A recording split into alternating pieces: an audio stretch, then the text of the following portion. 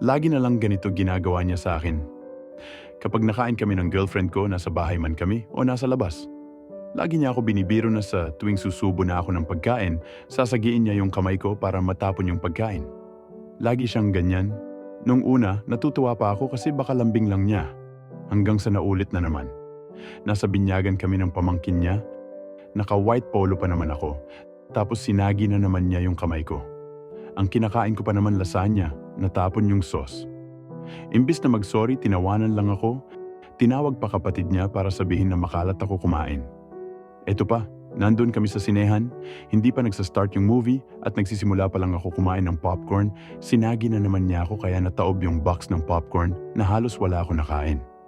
Sabi niya, bili na lang daw ulit ako habang hindi pa nagsa-start yung movie. Pagbalik ko, hindi na ako umupo sa tabi niya. Naghanap ako ng upuan na malayo sa kanya. Buti hindi puno yung sinehan, buong movie tinatawagan niya ako at hinahanap. Hinintay ko lang siya sa labas ng movie at nakipag-break. Valid naman yung dahilan ko, bakit ako nakipag-break, diba? Napaka-childish niya, tapos pagkain pa yung nilalaro niya. Ginigilty niya kasi ako na ang babaw daw ng dahilan ko.